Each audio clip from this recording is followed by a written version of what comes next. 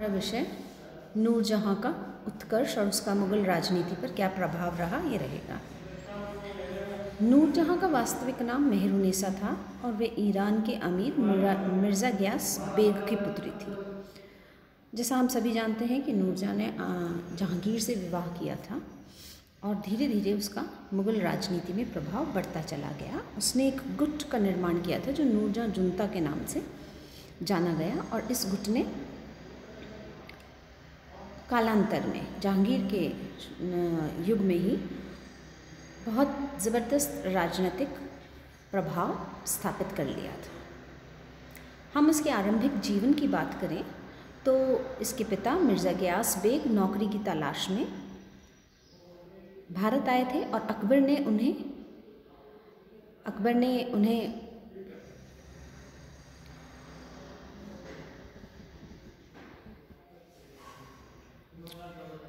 योग्यता के आधार पर अपने प्रशासन में मुगल दरबार में स्थान दिया था। धीरे धीरे गियास बेग अपना प्रभाव बनाने में सफल हो गए और फिर जहांगीर ने उन्हें एतमुद्दौला का खिताब दिया। वे दीवान भी बने।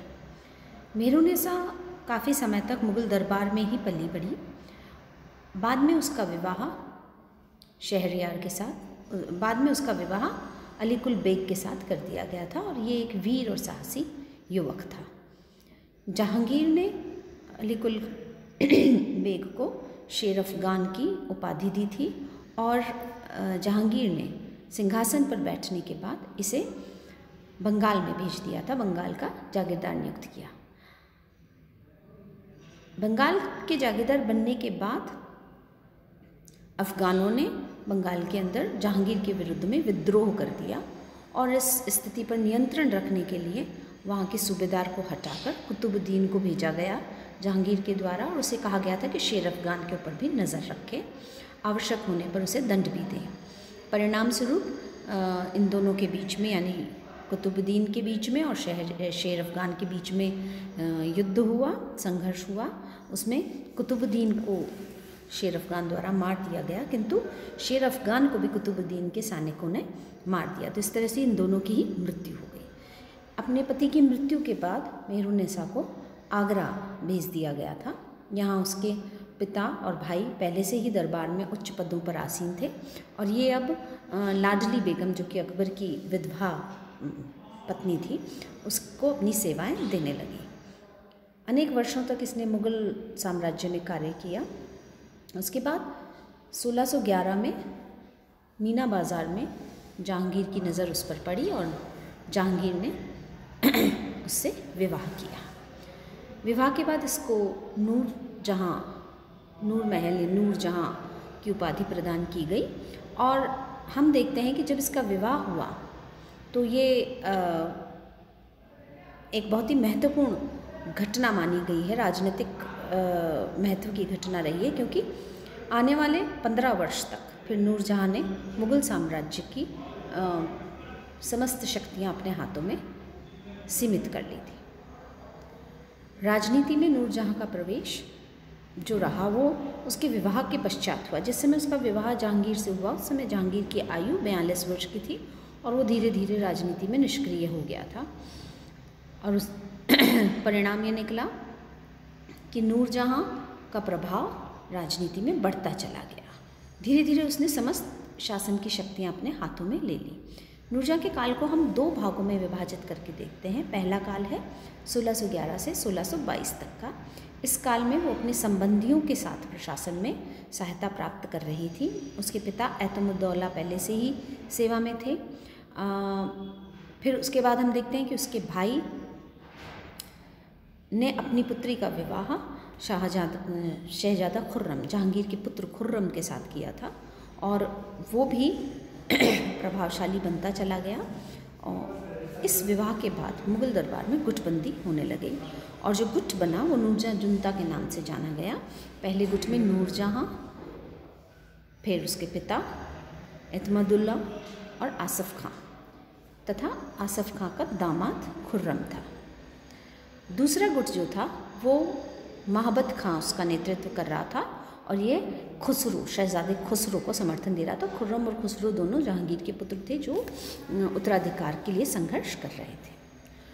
नूरजहाँ का प्रभाव इतना बढ़ गया था कि वो अकबर की जैसे झरोखा दर्शन देने लगी थी अपने जनता को, और प्रशासनिक अधिकारियों को समस्त आदेश देने लगी थी। सिक्कों पर उसके नाम अंकित होने लगे थे और उसके नाम से फरमान भी जारी होने लगे थे। हम उसके राजनीतिक काल के दूसरे चरण की अगर बात करें तो ये 1622 से लेकर 1627 ईस्वी का था। 1620 में नूरजहाँ ने अपनी पुत्री, जो कि उसके पूर्व पति से हुई थी, उसका विवाह जहांगीर के सबसे छोटे पुत्र शहरयार के साथ कर दिया, और अब नूरजहाँ खुर्रम के स्थान पर अपने दामाद को गद्दी पर बिठाना चाहती थी। दूसरी ओर नूरजहाँ के भाई ने, जो कि अपने दामाद का समर्थन कर रहा था, वो नूरजहाँ से के विरोध में हो गया। तो परिणाम ये निकला कि नूरजहाँ जुनता गुट जो था वो भंग हो गया, और धीरे धीरे नूरजहाँ और उसका भाई एक दूसरे के घोर शत्रु हो गए। खुर्रम ने 1621 में विद्रोह कर दिया तथा उसने खुसरो की हत्या कर दी। अब सिंहासन के केवल 2 ही दावेदार रह गए थे, एक तो खुर्रम और दूसरा शहरयार। खुर्रम जो कि नूरजहाँ की भाई का दामाद था, और शहरयार जो नूरजहाँ का दामाद था। नूरजहाँ ने खुर्रम को इस बात के लिए विवश कर दिया कि वो जो राजनीति थी, जो मुग़ल दरबार जो था उसके अंदर हम ये देख सकते हैं कि गृह क्लेश हो गया था, और अब नूरजहाँ खुर्रम को दबाने के लिए, उसकी शक्ति को कमज़ोर करने के लिए महाबत खां को अपने पक्ष में करने लगी थी। शहज़ादा परवेज़ और महाबत खां दोनों ने मिलकर खुर्रम के विद्रोह को दबाने के लिए नूरजहाँ का समर्थन किया। उन दोनों ने खुर्रम को अलग अलग स्थान पर हराया और उसकी कीर्ति ख़त्म करके उसे पूरी तरीके से उसकी शक्ति को समाप्त कर दिया। परिणाम निकला कि खुर्रम की शक्ति कमज़ोर हुई, साथ ही साथ महाबत खां और परवेज़ की शक्ति बढ़ने लगी। महाबत खां बादशाह जहांगीर के प्रति उसको बहुत, हम ये कह सकते हैं कि महाबत खां सिंहासन के प्रति वफादार था, लेकिन नूरजहाँ के बढ़ते हुए प्रभाव से वो बर्दाश्त नहीं कर पाया, और इसलिए उसने जहांगीर को अपने कंट्रोल में कर लिया, उसे बंदी बना लिया, और उसने विद्रोह किया। यह विद्रोह बाद में नूरजहाँ की, हालांकि चूँकि नूरजहाँ एक योग्य शासिका थी, उसने इस विद्रोह को समाप्त तो कर दिया, लेकिन जहांगीर इससे काफ़ी पीड़ित हुआ। साथ ही साथ महाबत खां जैसे वफादार सेनापति को भी उसे खोना पड़ा। इतिहासकार त्रिपाठी का ये कहना है कि ये जो स्थिति बनी थी जिसमें नूरजहाँ और महाबत खां एक दूसरे के विरोधी हो गए थे, उसमें आसफ़ खां जो कि नूरजहाँ का भाई था, उसका बहुत महत्वपूर्ण योगदान था, क्योंकि वो चाहता था कि इन दोनों के बीच में तनाव उत्पन्न हो जाए, जिससे कि उसका दामाद गद्दी पर बैठ जाए, जो कि शाहजहाँ के नाम से बाद में गद्दी पर बैठा भी।